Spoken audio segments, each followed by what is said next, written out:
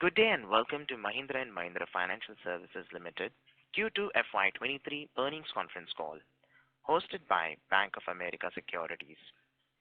This call will be recorded, and the recording will be made public by the company pursuant to its regulatory obligations. Certain personal information, such as your name and organization, may be asked during the call. If you do not wish for it to be disclosed, please immediately discontinue this call. As a reminder, all participant lines will be in the listen-only mode, and there will be an opportunity for you to ask questions after the presentation concludes. Should you need assistance during the conference call, please signal an operator by pressing star then 0 on your touchtone phone. I now hand the conference over to Mr. Anuj Singla. Thank you, and over to you, sir. Thank you, Faizan. Good afternoon, everyone. This is Anuj Singla from Bank of America Securities. Thank you very much for joining us for the Mahindra Finance call to discuss Q2 FY23 earnings. To discuss the results, I am pleased to welcome Mr. Ramesh Iyer, Vice Chairman and Managing Director, Mr. Vivek Karve, CFO, Mr. Rod Rabello, Chief Operating Officer, Core Business, Mr. Dinesh Prajapati, Head Accounts, Treasury and Corporate Affairs, and Vishal from the IR team. Thank you very much for giving us the opportunity to host you. I now invite Mr. Iyer to take us through the key financial highlights for the quarter, post which we will open the floor for Q&A. With that, over to you, Mr. Iyer. Thank you everyone. Thank you for joining the call. Welcome to this conference call. So let me first begin with the company before I really go to the marketplace. After a very long time and true to our belief, the way we had projected that it would, we are seeing the asset growth coming back, and we are witnessing asset growth beginning to happen. And it's not happening through just any single product, or it's not happening through any single geography, and therefore it's an outcome of across the country, across the product growth that we have seen. We are happy to say that we are gaining market share in our core products, whether it is in the utility vehicle segment, it's in the tractor segment, for that matter, even in the car segment. We continue to be plagued by non-availability of certain products, as otherwise we could even have seen better disbursement growth from where we are already. I think the other important feature for us to kind of state right up front is the asset quality has also kept pace with the growth.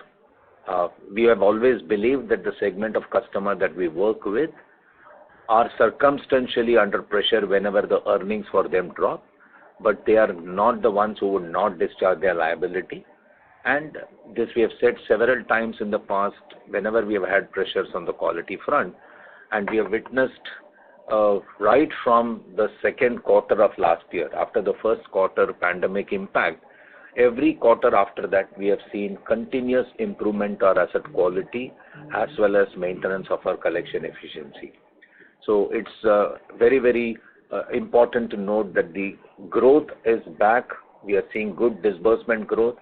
We are seeing asset growth happening parallelly along with this. While the growth is happening, we are also witnessing asset quality correction. And some of you would definitely recall that we have always said in the rural market, both the growth and the collections go hand in hand, which is nothing but a reflection of the marketplace doing well in terms of its economic activity. And that's how you will see an overall improvement both fronts. There are definitely, you would have witnessed in our results, some pressures on the NIMs that you would have seen, and let me deal with it up front. Certain pressure on the NIMs are very conscious decision by the company, and certain is caused by the changing environment. The conscious decisions are, we have gone in to finance certain affluent customer or high-end customer from this market, and we believe that they bring stability to the asset quality. And we had put this out in our 3-year strategy, which was laid out post March 22 results, where we said that we would get into this segment. Though this will not be a game-changing segment for us in the sense of it will not be a larger percentage of our disbursements and balance sheet, but they would contribute to this balance sheet, which brings in stability of asset quality. all of us know they come with a little lower yield, and therefore this does build the pressure on the NIMs when you look at it independently.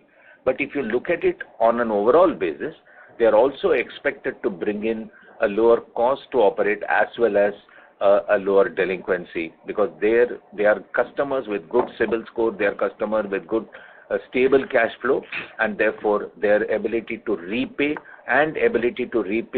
through certain organized methods and not through physical means will always be very, very high. So that's a conscious decision as to why we are in that segment, and that brings some. The second conscious decision, to some extent driven by market, but also to the way we budget ourselves, is a product mix. Whenever there is high product mix, whether high disbursement come from tractor or pre-owned vehicle, it will always be a high yield product, and therefore the NIMs will show a different number. But when the growth is also driven by products like cars or commercial vehicle or SME kind of a segment, you would always see a little lower yield coming from them. But again, important to note that their delinquencies operate at a very different level, and therefore on an overall basis, on a grown book over a period of time, this would get adjusted for and the returns would hold up. So that's the other reasons for that. The third reason for the NIMs pressure that you would see comes from the cost of borrowing. We had for sure budgeted for the year that there would be an increase in cost, maybe 75 basis point during the year or so. But all of us know that all this cost increase happened in a hurry, and we had said that also in our first quarter call, that the passing on of rates would happen only with a lag and it will not happen with a hurry. And I do remember having mentioned that we may not want to push up the rates during the festival times, when is the right time to actually acquire good assets and not unnecessarily build pressure by pushing rate. So therefore we did delay passing on the rate, but we have now commenced pushing of the rate back to the market, and on a product basis we have started increasing the rates. The rate increase always happens with a lag, and you will see this in the next couple of quarters. The yield starts to improve with the increasing rate that we will pass on to consumer. So that's one decision which is now put to action, and therefore you will see the NIMs improvement over a period of time. The fourth, the reason for why you see some pressure at the NIMs level is looking at the liquidity situation. We as a company have resorted back to holding 4 months chest. We didn't want to run a situation where money becomes dearer and then we pay a much higher price than one needs to pay normally. So it's a conscious call again to store some money and take some holding cost on that. And that holding cost definitely is something that we will have to absorb. We believe that through up to March, this position is likely to continue, and we will not reverse this position of holding extra funds until we see easing of the liquidity situation. But whatever the 25-30 basis point impact that it will bring in is something that we are willing to live through. And that again is very consciously taken decision on. So that's on the NIMs front that the pressure is, and some of this will get handled and controlled, which will, and we also believe very strongly that as the pre-owned vehicle becomes available. Today what's typically happening is, because of the new vehicle availability is low, people are not exchanging their old vehicles, and therefore the stock of old vehicles are low. Also because finance companies and banks are doing well on recovery, repossession by itself is not a very aggressive activity, and therefore the availability of stock from that front is also low. And which is why the demand for pre-owned is high but availability is low. But once the availability starts to improve as well, our own pre-owned vehicle business will also start seeing growth, and that would start also pushing up the yield over a period of time. Put all this together, we do believe that if we were at a 7.5% yield levels, the NIMs level, maybe it will come down to a 7.25 kind of a number, with the holding cost will still hold, but the other things over a period of time will get corrected. We are confident and comfortable about it. The other thing to look at from our P&L and the balance sheet angle is our cost of operation. It is at an elevated level, and we are very conscious of this, and we had made a commitment in March that we will try and bring this down to 2.5, but again here there are certain conscious decisions that we have taken. The first in the line is, last 2 years, the pandemic year, the increments to people were very, very muted, And given the activity level which has gone up both on the disbursements as well as on the collection front, we only thought it prudent that the employee should also be compensated, and we have introduced certain variable component as well as certain fixed component increase to offset for some of the past, and that has pushed up a little cost, but that will get better handled as the productivity starts to improve, and which we are very clearly visible for us. I think the other investments that we have made is in the technology, digital and the data front. We are very conscious and clear of this fact that not all activity that we have pursued so far needs to be continued to be done in the same manner as the past. There are a lot of partnerships possible. You must have seen one of the announcements with the India Post that we have done. All of this, as well as working with OEMs, do call for a good investment on the digital front as well as on the data front.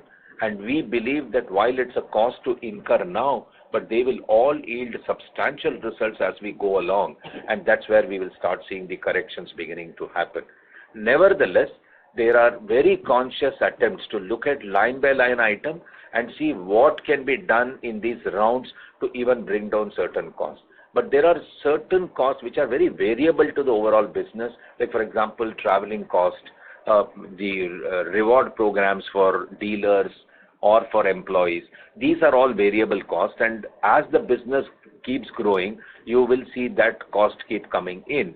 But on an overall balance sheet basis, we would start seeing the rate getting corrected. We are on the path moving towards that, but as we said, in 3 years' time, we will bring it down to 2.5. We continue to believe that's the direction that we will maintain. But from a 3.2 level, we'll come to 3 and go to 2.75. In the next 3 to 4 quarters, you will see this visibility of this. But in the 2 years that we are talking of, we do believe that it would come down. Currently, even for the same number of people and for the same number of times traveled, the cost is high because the fuel price is high. So therefore, there is this cost impact which is coming in. Some of this also gets corrected by the market corrections that would happen. But these are some of the kind of area for us to really focus on. I think we have very correctly and substantially fixed the growth possibilities as well as the asset quality possibility. We are very clear that we are investing in the future readiness of both people training capability as well as on the digital and data front. And we are willing to live with a little cost, but that would get surely, you will see a downward trend as the balance sheet starts to grow beyond from where we are. And as I said, on the cost, on the borrowing cost and the passing on of the front to yield and maintain NIMs, we have explained as to how do we see all of this. I will also touch upon, there are 2 additional things which are outside of this balance sheet numbers. One is, the provisions that we have made for our joint venture in Sri Lanka. We looked at what was the projections we have made when we got in. We looked at the behavior of the currency and all of that, and we thought it appropriate to make the provision, and we have taken a 50-55 crores of provision in this P&L. They are one time and not repeatable in nature, but nevertheless, that business independently is profitable even now, and the size of the business obviously is being relooked, and that's a reason that we have taken this conscious call to make the provision. No further capital need to be allocated to the business, and the business is adequately capitalized, and we are comfortable on that front. But nevertheless, this provision has come in as a one-time event here. We have also buying out the stakes in MIBL from the partner AXA who had invested there. And we have a very strong belief in that business. There are some regulatory changes which are coming in, which will make it even more attractive for the business. And we think that it's a great value creation that this business will do. And therefore, with due approvals, we have gone ahead with wanting to buy the stakes of the partner. It will go for an IRDA approval, and as and when the IRDA approval does come in, it will become a 100% subsidiary of Mahindra Finance. But it's a great value creating business. It doesn't consume capital, but it has phenomenal ability to provide various insurance products to the customers we work with and beyond the customers that we work with in that geography. On the last bit of the repossession orders that all of you must be aware of by now, through one incident that happened at Hazaribagh in Jharkhand, which made the regulator to look at that very closely and give us a direction to not indulge into repossessions by using external agency. The first and foremost, I want to lay out to you that There has been no breach of process from our side. We have followed the process that is required.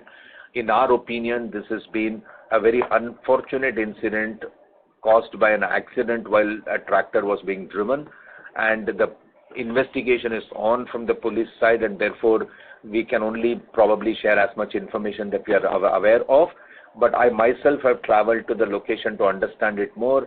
Our CEO Raul is today there, and he is taking stock of the situation, and we are confident to believe that we would come out clean, and we believe that it was an accident. It was not an act done wrongly by any of the people that we engage with.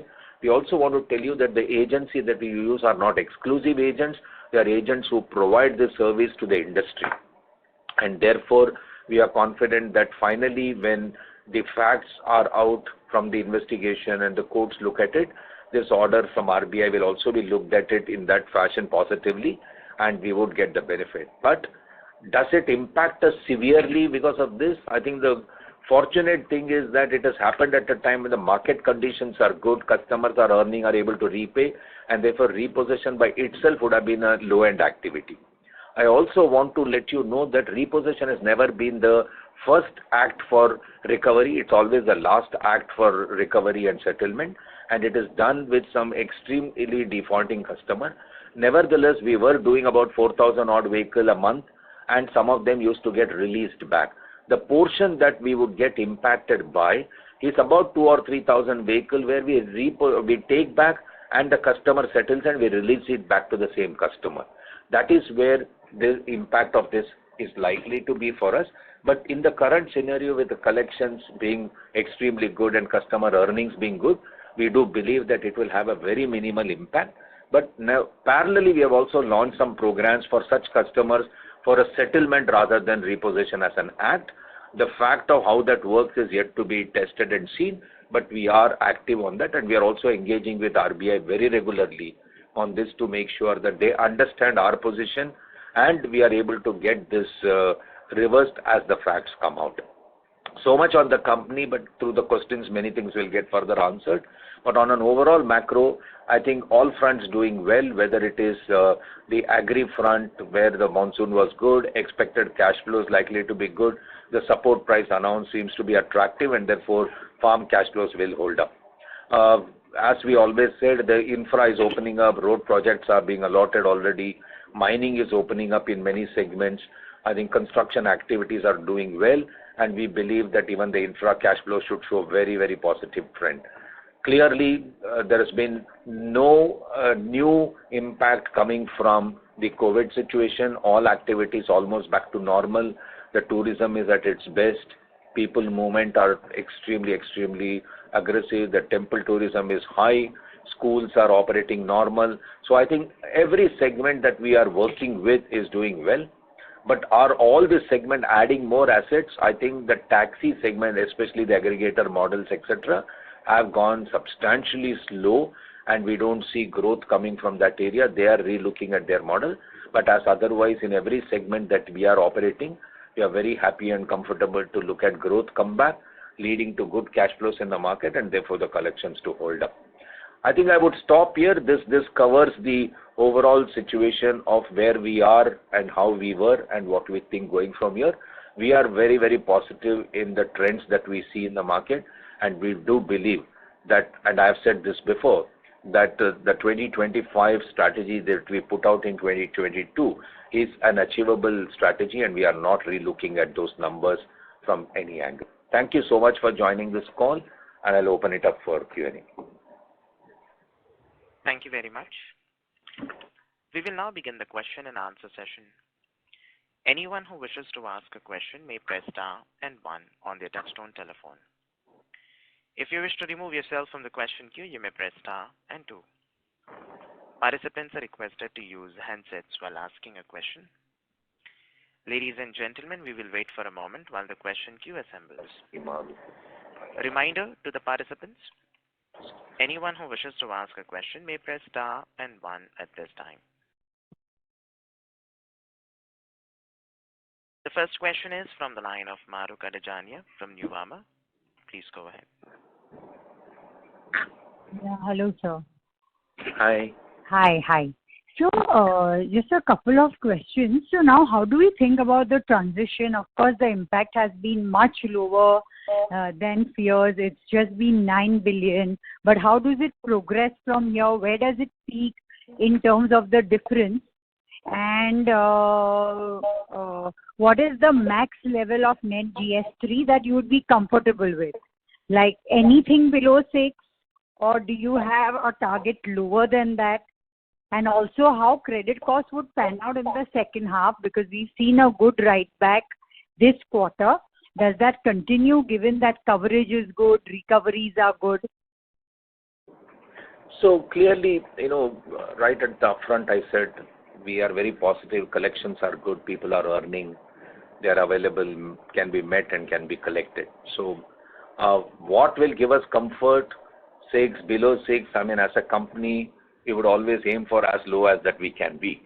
But for a business model like this, and you will recall several discussions in the past, we have said in the best of time, anywhere between 5 and 6 should be a happy number, because it has got its seasonality impact. Tractors don't earn every month, trucks don't earn every month. We factor that in our own excitement, and we do believe anything between 5 to 6 should be a good number, and carrying a coverage of 58% if we are at 5.5 gross, I think 2.5% the net will be a very, very happy situation to be in. So that's on the comfort level of where we think and where we want to be and what will give us happiness. So far as the IRAC provision things are concerned, currently it's 900, and with such a provision that we already carry, even if it was to become 1,500 as a number, I can tell you that we may not require to make any provision through P&L. We are very, very comfortable. And this is the reason we had said, even when this rule got announced, and we had said that since we have time up to October, we are seeing things improving. Therefore, we don't want to rush into making any additional provision in any quarter and then struggling to reverse it in future, etc. We were always comfortable and confident to believe that it will even out in the marketplace and we may not have required to make any provision. I think we've taken the right decision, and we can confirm to you that would be the situation. Sure. And when does this impact peak out? So 3 months we should know. In this quarter you will know it. Yeah, Vivek will give you a little more insight. So Maruk, what happens is it has started on 1st of October. So there would be cases which go beyond 90, but then they normalize. So like that.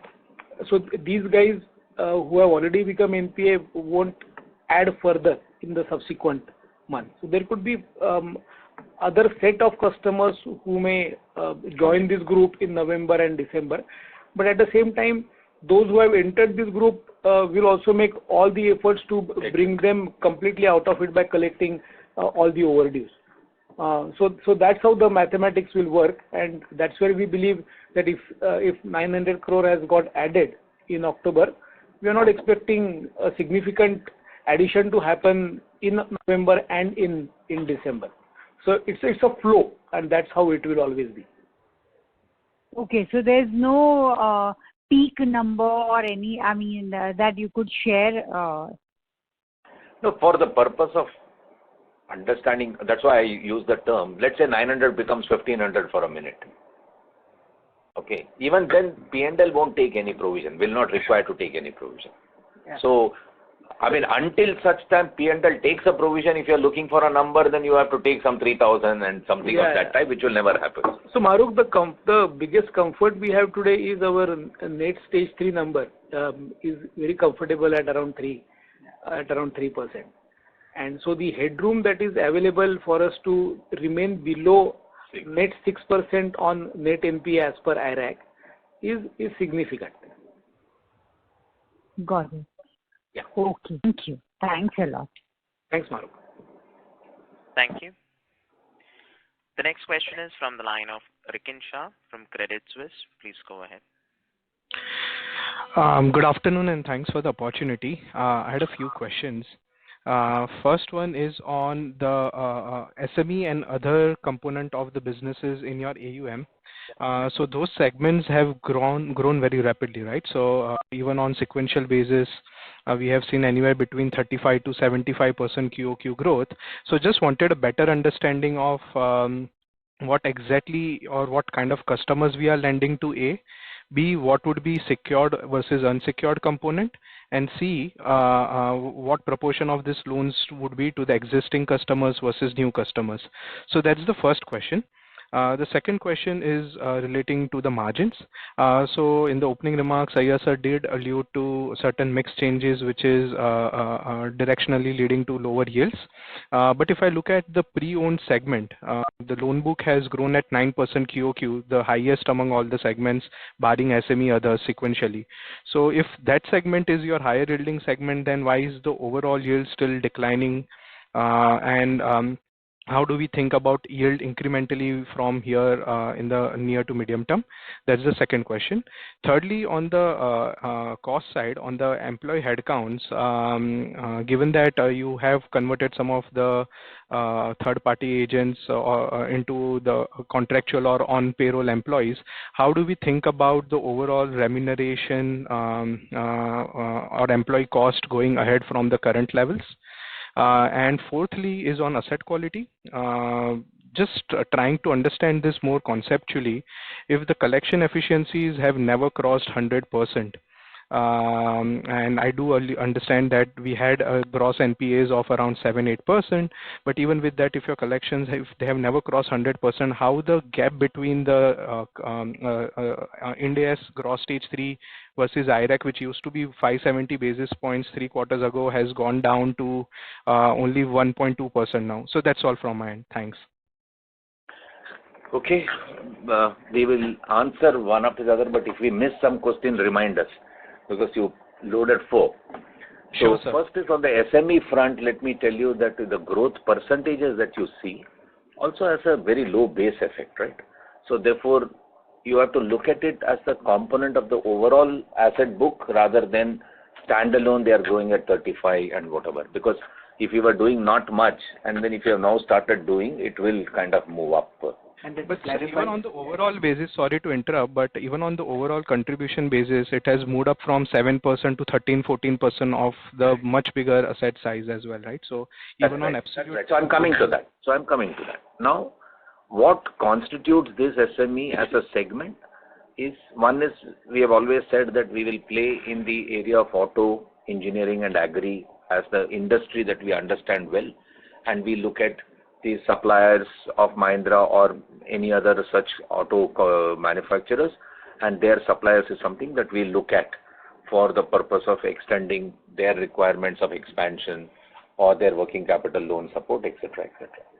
The other segment where we were present a couple of years back, which is lending to smaller NBFCs where we have had strong relationships in the past, who are in similar areas of operations of lending for vehicles or tractors or whatever, but on a smaller scale out there, are the ones that with whom we had worked, we have re-engaged with them, and that is one segment where we are adding some volumes as well. Does this include bill discounting as well? It does not. And the third element of this is a very important component which you should understand, that we provide trade advance to the dealers for retail vehicle financing. Now, pre-festival, this amount substantially goes up. Now, what you will see in this quarter, suppose the TA amount is not same as 30th September balance, and they get converted to retail, you will suddenly see that retail asset, whether auto, tractor, that number will go up, and this SME number will come down. So this has a component of the trade advance which is given because it's being provided to the dealer for vehicles to be provided to customer. It is classified under the SME segment and not classified under each of the product segment. I mean, one way to truly see this is that if there is a TA of 3,000-4,000 crore, you break it up into provided to which product dealer, and you add it to that respective product, and you will see the percentage of those products going up, and the SME as a percentage will come down. So that's a way really to see that product. One, the Vivek is adding something. And Rikin, we have also mentioned in our deck that, rather in our press release, that SME as a percentage of the business is around 5%. In fact, it is mentioned in on slide number 10 of Yes, our. sir, I saw that. I noted that. Yes, sir. Thank you for that. So therefore, this has to be understood in this manner. Now, as far as your second question on the... So before we move to the second one, on the first one, if you could provide any color on secured versus unsecured nature, and what proportion of this goes to, say, existing customers versus new customer, barring trade advance? No. So barring trade advance, nothing goes to our existing kind of a customer, because existing customer profile is very different from the SME segment that we operate with. As far as yeah. And Rikin, to your question of secured and unsecured, see whether we do retail enterprises, business enterprises under SME, all these are secured. So there is no unsecured. They're either secured by the underlying working capital, or they're secured by the fixed assets which are getting financed using the funds we provide. Understood, sir. That answers the first question clearly. Thank you. Now your second question was on the yield, right? And as I explained to you, and you did point out saying that your pre-owned vehicle growth rate is higher than the other vehicle growth rate. But again, you have to look at it as the overall composition of the mix, right? So the auto still constitutes to be 31% of our total. Tractor is 14%. It's come down from 17. It has come down to 14 if you see on a year-on-year basis.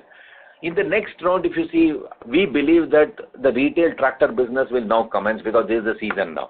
So if the 14 becomes 15 in the overall constitution, right, and the other segment starts to grow a little less, like for example, car is now 20% of our book, and as you know, car is at a competitive pricing. So if the pre-owned and tractor starts to pick up, which we do believe will happen based on the season of tractor and based on pre-owned availability, you will see the yield shifting. So in our business, it may be little not fully correct to look at just for the quarter what would have happened. You will see this happening, but if you see it on a yearly basis or so, it is a possibility of a adjustment that it would happen. But please don't discount what I said, that we are carrying some extra funds for our own requirement, the liquidity situation that we read the market, and that will have a little impact on our NIMs, which we are conscious and we are living with that. And the third comment I made right at the front is we have started pushing up our lending rates, and it will bring its benefit on a lag basis, not immediate basis. So we must consider all of this when we kind of look at how the NIMs are likely to pan out going from here. Right? That was the second question. The third question that you asked was on the NPA, where you said that earlier the gap between your stage 3 versus IRAC was higher, and your collection efficiencies are not that high, and why are we seeing this happen? More technical, but the way I understand is, if we are able to collect from stage 2 and stage 3 account, which has got a better collection efficiency, and the zero bucket is the ones where we have a little lower collection efficiency, the overall collection efficiency may look low, but the forward flow get arrested. So if you look at our stage 2, is also continuously coming down, right? So therefore it does not go to become an NPA. And similarly in stage 3 you're seeing a reversal happening, and it is going to stage 2. So the efficiency of the collections are also doing very well in stage 2 and stage 3, while the overall efficiency remains at 91 and 92. But also don't look at just 1 month, look at the whole quarter, and you see if it is 97 or 98, it's holding up well. Yeah. And Rikin, couple of more points. You're right, because you're talking about a period of January 2020, 22, when we had talked about this gap between GS3 and gross NPA. Those were very different times also, where the customer cash flows were far more under stress. So that period of COVID is now behind us. So that is another factor which would impact narrowing of the gap. And the other thing, according to me, is the way we are managing collections today is slightly different and more focused, where we are not allowing the lower bucket guys to get into the big higher buckets. And this is definitely the result of the need to move to an IRAP NPA scenario. So that also helps to keep a very tight leash on movement from lower bucket to higher bucket. I think Dinesh also wanted Just to wanted to add, Rikin, settlement value collections, which is over and above the monthly collection, is not factored in the collection efficiency.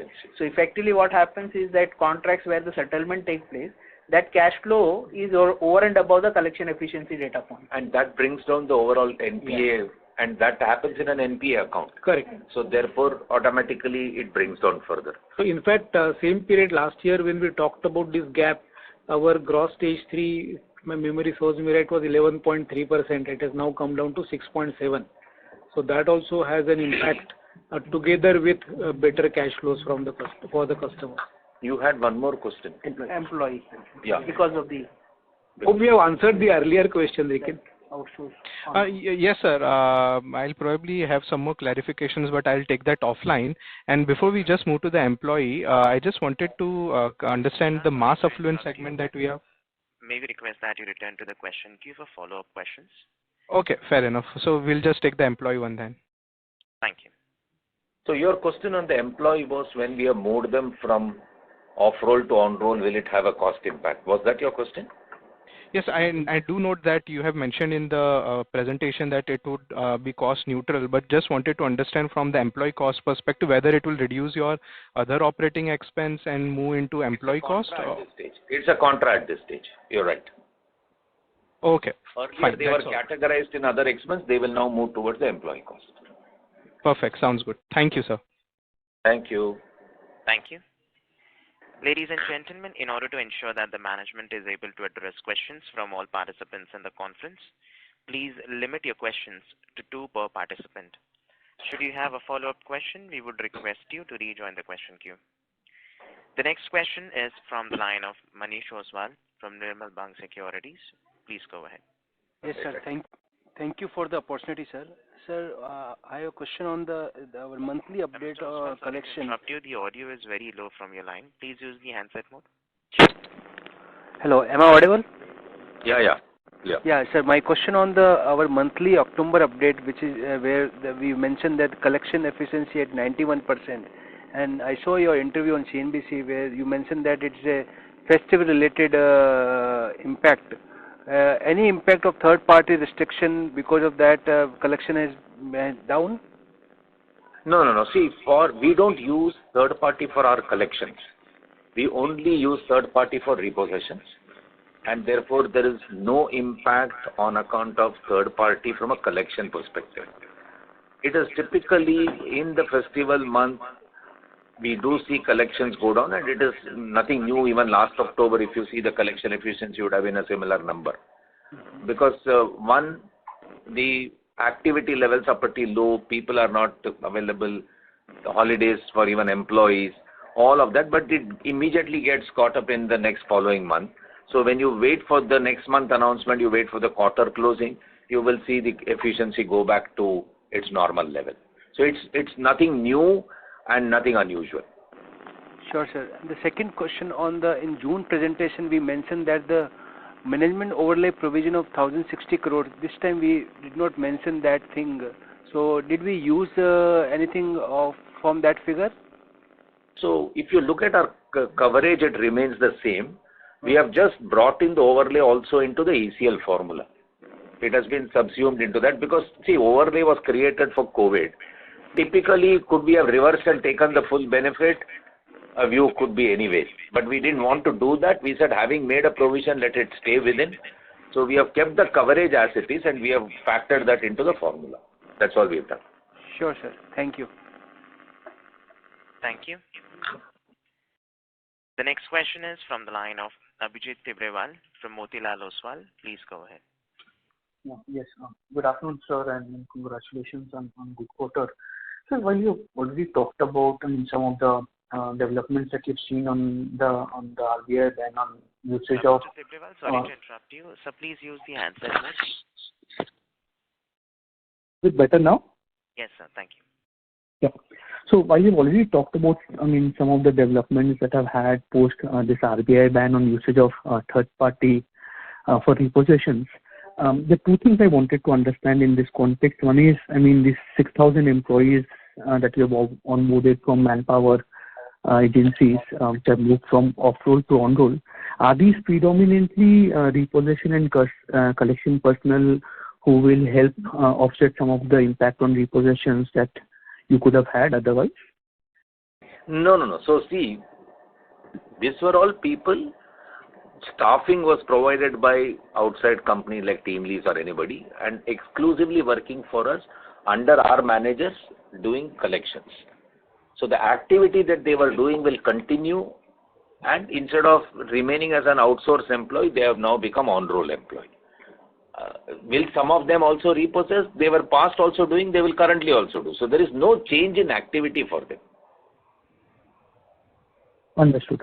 And sir, what is the engagement that you have had with the RBI? Is there some course correction that the RBI has suggested? And I mean, are they giving you some sense around when is it that this ban could get revoked? So as I again said right up front, one is we were following the process of repossession as was required, but the incident was of a nature where everyone had to take a note of why did this happen. We as a corporate are very conscious and therefore have gone into depth of why and what happened. And as I said, the police investigation is still on. Our on-ground belief is it was an accident and it was nothing beyond that. And therefore, once we have a clarity from that investigating officer, we will engage even more deeper with RBI on that specific incidents and give more information on that. The requirement is that we should revisit our entire process of repossession, of using of agency, appointment of agency and all of that. We have gone through all of that once more internally and we don't find major gaps. However, there is always scope for improvement. We have looked at what others do. We have looked at what else can we do. And I also want to confirm that many a times or almost many times, the agencies that we use are not exclusive agents. They are all agents used by everyone else. So therefore, we don't see a process failure in appointing an agent or engaging with an agent, but incidents do happen. We have to go back to RBI, and when we say we are engaging with them, we are giving them a feedback on what our board thinks, the discussion we have had with the board on this subject, our internal deep dive into our own process and revisiting and providing to them where we saw if there was any gap at all and how are we fulfilling and all of that. I am very, very confident that once all of this is seen in totality and seen along with the incident which caused an order, we are sure that there will be a revisit and we would get relief out of that. Am I in a position to put a time frame to that saying this will happen now, tomorrow, day after? I would not want to stretch myself to that. But we will definitely keep coming back to you as we see any development on that front. And our belief at this stage and the confidence at this stage is that anything that happens from here on should be in our favor. Thank you. Mr. Tibrival, may we request that you return to the question queue for follow-up questions.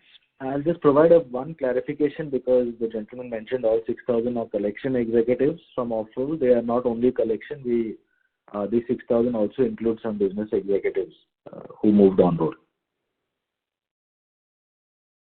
Thank you. We'll take the next question from the line of Abhishek Murarka from HSBC. Please go ahead. Hi, good afternoon. My question is going back to this gap of NPA that you've successfully reduced, and you said settlement doesn't get captured in collection efficiency. So should we assume that this 3,600 crore gap in December last year, which is now 900, that entire gap is basically come down due to settlement? All cannot come down due to that. What Dinesh mentioned was, the question that was asked was, when your collection efficiency is not crossing 100, how is that the number is bridging? So he said it will cross 100 if you were to add back the settlement as well. So it can't be the entire 3,000. A portion of the 3,000 would definitely be through settlement, but it's a mix of both. Okay. And Okay. And this new settlement programs that you said I think all of you should get also this clarity. Our overall numbers of stage 3 and stage 2 are continuously and substantially reduced. And that has bridged the gap by itself. And on top of that, I think the focus that we have on early bucket collection has ensured that the gap which was earlier 6% has now narrowed down to maybe about a couple of percent. No, fair point. So basically this reduction is with that clarification on settlement, in a way it has nothing to do with this gap. Understood. So basically it's a mix of settlement, upgrades and recoveries. And yeah, okay. The other thing is you mentioned that you've launched some settlement programs also. Now I think this may be outside of this daily stamping issue. Can you share what kind of settlement programs, any sort of? Okay, it is launched only now since we have not recommenced repossession. We have got a list of customers whose vehicle we would have preferred to repossess. Right. Are the customers whom we are reaching out and telling them that okay, we can give you a concessional settlement, because if we repossess and sell, we get X amount, and if we are able to through settlement get even a rupee better than that, we are actually better off. Okay, so this is sort of targeted to those customers who you would have otherwise repossessed. Yeah, please understand, it's not some amnesty scheme for people to come and pay low amount and get out of the loan. It's purely for those defaulting customers. Understood. And in terms of this ban on repossession, I know you've given the clarification and all, but just wanted to understand from a timeline perspective, when would you be able to institute all the correctional steps that you have to and go back to the RBI saying, okay, we are done and now it's up to you to approve? So when does that happen? No, so again, to re-clarify, there were no major gaps in what we were required to do versus what was being practiced. But having gone through this incident, I think it's mandatory for us to revisit our process and reassure that there is no gap. And is there a scope to further tighten it wherever possible? So that is what is being done. We have also gone back to RBI, provided them the information as required, etc. And we will seek meetings with them and we will impress upon them as to what we have done, how we have done.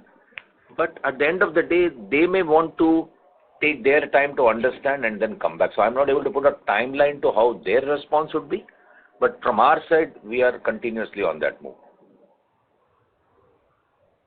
Sure. Finally, just one quick question on NIM. You said it should increase in the next few quarters and you pointed that tractor should pick up, pre-owned should pick up. But on the cost side also, rates are going up and banks, you would still see the impact of, any further repo hikes, etc. So when do you think, NIM improvement sets in? Do you think a couple of quarters later, or just from a timing perspective, how do you see this playing out? So I think you should add one more thing which I said, which is we have started pushing our own lending rates for all product already from this month. So all three will happen, and which is why we are taking few quarters, maybe 2, maybe 3. And there is a fourth element of the NIMs remaining little under pressure is the chest that we carry, the excess fund that we carry for liquidity protection. So to that extent, there will be this 25, 30, whatever that basis point impact of the chest will continue to happen. But passing on of the yield, the lending rate increase, mix of products changing, all that is continuously happening, and you will see every quarter, I believe in every quarter you will not see a dip, you will either see a stability or an improvement. A dip will be arrested for sure. Thank you. Mr. Murarka, may we request that you return to the question queue for follow-up questions. We'll take the next question from the line of Shubhranshu Mishra from Phillip Capital. Please go ahead.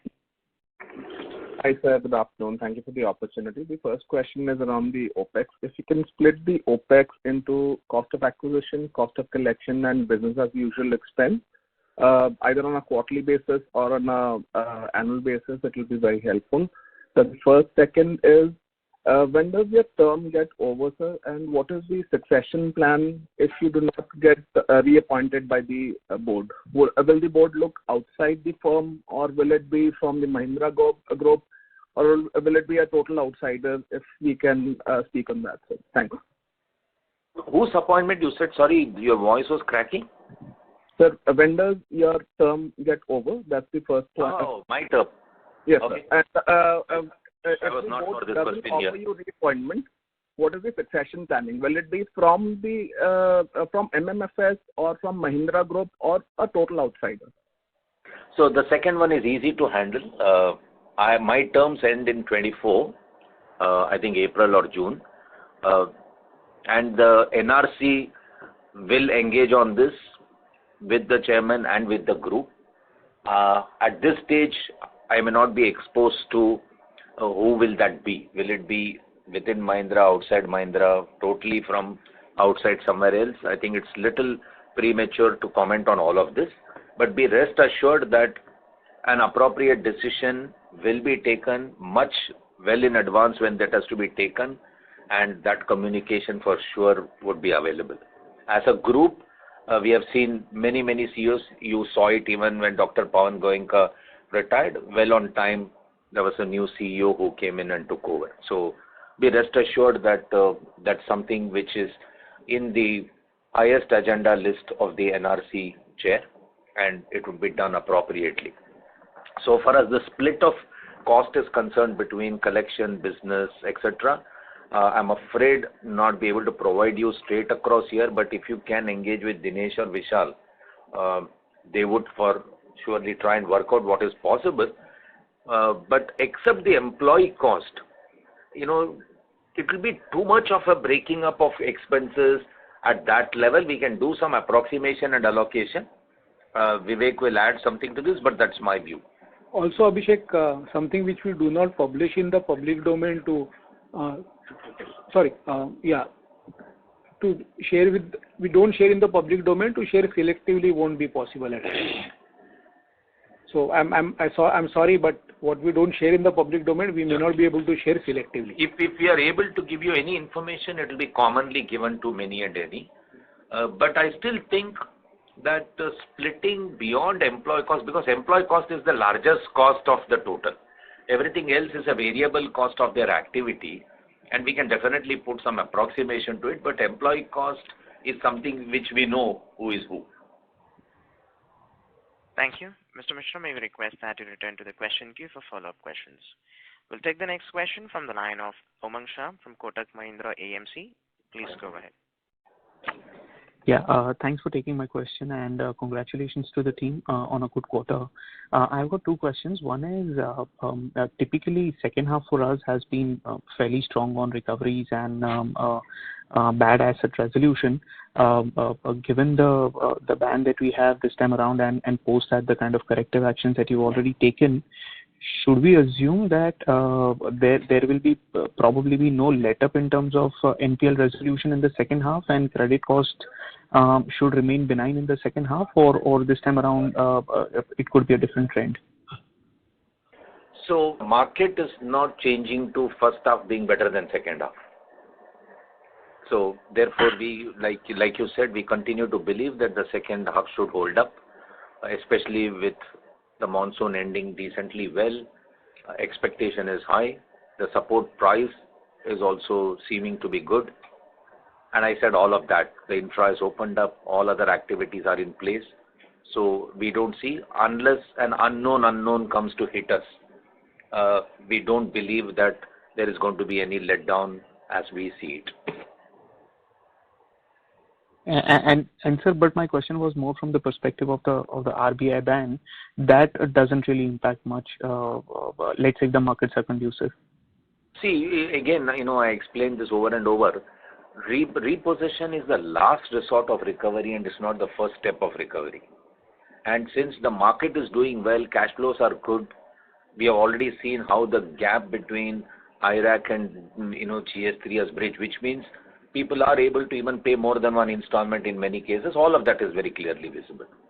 So will it have no impact? I think it will be wrong on my part to say it will have no impact. I said 3,000-4,000 vehicles which would have normally tried to take and even release back to customer is one of the repo activity, and that is where the termination settlement program has been launched. But at the same time, if we do everything right on the ground, we also think that it may not take a very long of 6 months for RBI not to respond towards our ask. So in this quarter, whether the order gets reversed or not, I don't have an answer to. But with every correct step that we are taking, we believe that for the fourth quarter, that activity should be available to us. Thank you. Mr. Shah, may you request that you return to the question queue for follow-up questions. The next question is from the line of Piran Engineer from CLSA.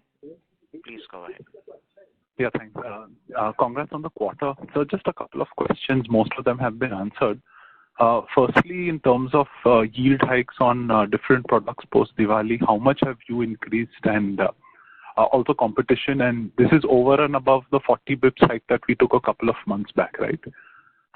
Then I'll just tell all the questions together. The next one is on your funding mix. So we're noticing that your share of deposits is going down, share of bank borrowings going up in the last few quarters, and this is probably a bit counterintuitive because banks are now much more expensive than deposits. So if you could just clarify on that.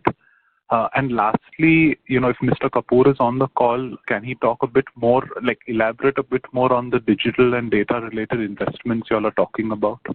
That's it from my end. Okay, so Mohit Kapoor is not on this call.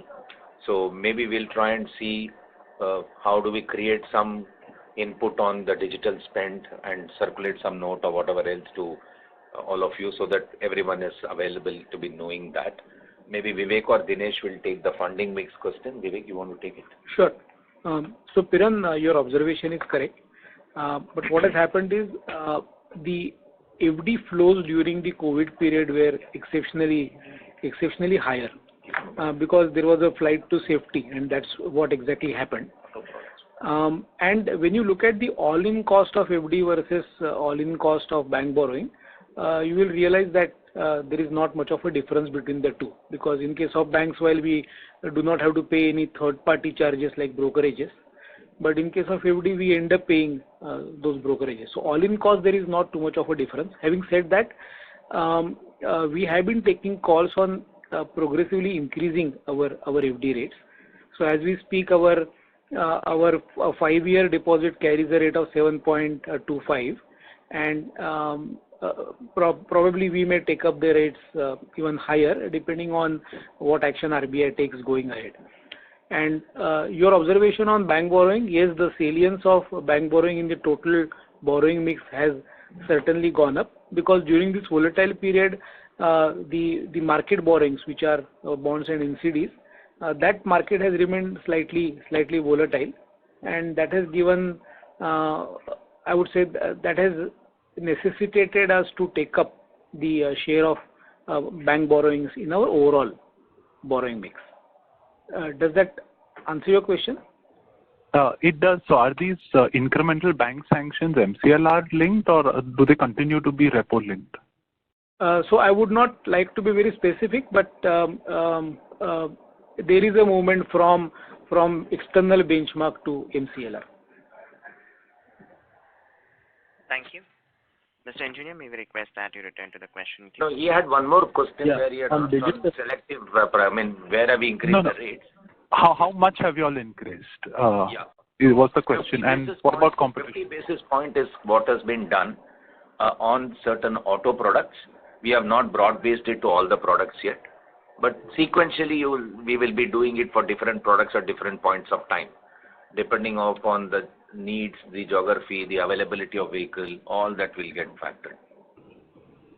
Got it.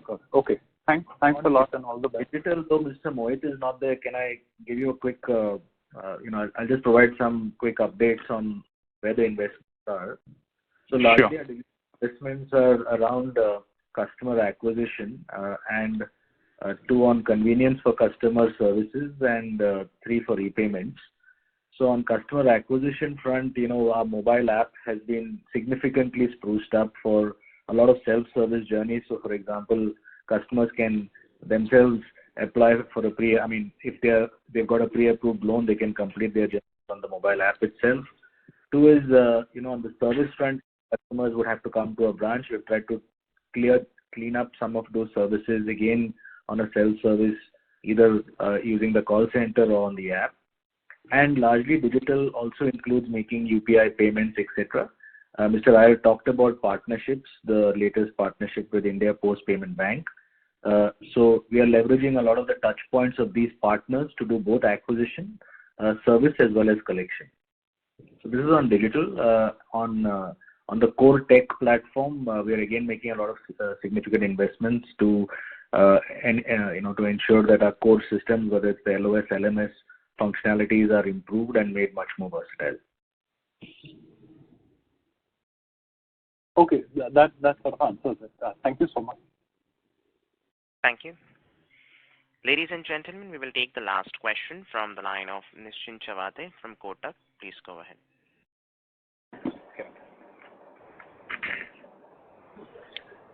Hi, am I audible? Yeah. So there is an echo coming from your line. Please use the handset mode. Sorry. Yeah. Is this better? Yes. Yeah. Better. Go ahead. Sure. Yeah. Given the fact that so basically this quarter has been quite good, for banks and NBFCs, and given and I guess everybody's kind of grown quite well. In our case, we have grown at 9% on a quarter-on-quarter basis, which is obviously a very high number. Given the fact that rural economy tends to be more volatile, would it be sort of being a little bit more prudent to kind of push growth towards the second half, where you probably have much more visibility on cash flows, and if your view on the macro remains strong, can we kind of expect better growth rate or growth trajectory in the second half of the year? So when we lend in a particular month, that's not the period to worry about is the cash flows good or otherwise, because it's a vehicle somebody will buy only if he sees a visibility. It's a 3-year, 4-year product. So it doesn't matter you lend in August or you lend in October and the season is good in October and the season was not as good in August. The real fact is if somebody is acquiring a vehicle for a 3-year period, the 3-year cash flow for the customer should be good, and that's the volatility which actually impacts the rural cash flow sometimes seasonally. So honestly, it doesn't matter by pushing it between first to second quarter, will it arrest the future volatility? The answer is no. So for us, how will the second quarter look like? We just put out our October number and it's highest ever disbursement, the demand, but definitely we should recognize this fact that both the festivals are in the same month. So in a way, one should look at October, November last year versus October, November this year clubbed together and not see in isolation. And then you will see, okay, it is kind of getting adjusted for that, and we don't want to over-celebrate that, October was very good and therefore will this quarter we will have some 15,000 crore disbursement kind number. The answer is no. But clearly second half for rural historically has been good and we don't see that trend changing either. Sure. And just one data point which I missed out. How much rate hike have you done? Did you say 40 or 60 basis points? No, I said about 50 basis point, not on all products, some select product. But we will continuously look at different product at different points of time and keep, increasing it. Somewhere it could be 25 basis, somewhere it may even be higher. Perfect. That answers my questions. Thank you very much and all the best. Thank you. Thank you. Ladies and gentlemen, that was the last question for today. I would now like to hand the conference over to Mr. Anuj Singla for closing comments. Thank you very much, Faizan. Mr. Iyer, any closing comments before we conclude? Nothing, but I think covered it right at the front, and then very interesting questions and detailed questions from everyone has captured all that I would have otherwise said in the closing. But the only remark I can say is that after a few years of patience and perseverance and explanation, true to our belief, I think rural is going the direction that we believed it will go, and we do think that the next 3 years rural growth will be a potential to watch. And in our business model, I've said this several times, that the segment of customer we work with, they could be circumstantially hit and therefore you will see some volatility, but they are never intentional defaulters, and therefore they always do get corrected, and that's been even demonstrated in the last at least 5 or 6 quarters continuously. as to what built up as a very high NPA in the first quarter of last year, how every quarter they have demonstrated a repayment that proves enough of the customer's intention and the pressure they go through when circumstances change. I don't think I have anything beyond that. We are adequately capitalized. We don't have a liquidity pressure at all as Mahindra Finance, as a Mahindra Group company, as a relationship with every lender to us. We've been able to raise money at one of the best rates and sufficiently enough from everyone. Our people are contributing very, very positively. We're also investing in them for their training, etc., to be really ready. Rahul just talked about how we are investing in digital to be future ready. I think on an overall basis, we are ready on all fronts to embark on this growth journey, and we do believe that it probably is a turnaround story for us, and that's our transformation agenda which we put out in March 22 to say how would we almost double our balance sheet in 3 years space. So thank you so much everyone for joining this call, and thank you for all your questions. Thank you, sir, for giving us the opportunity to host you. Thanks, everyone, for joining. This concludes the call for today. Faizan, over to you. Thank you. Ladies and gentlemen, on behalf of Bank of America Securities, that concludes this conference call. Thank you for joining us, and you may now disconnect your lines. Thank you.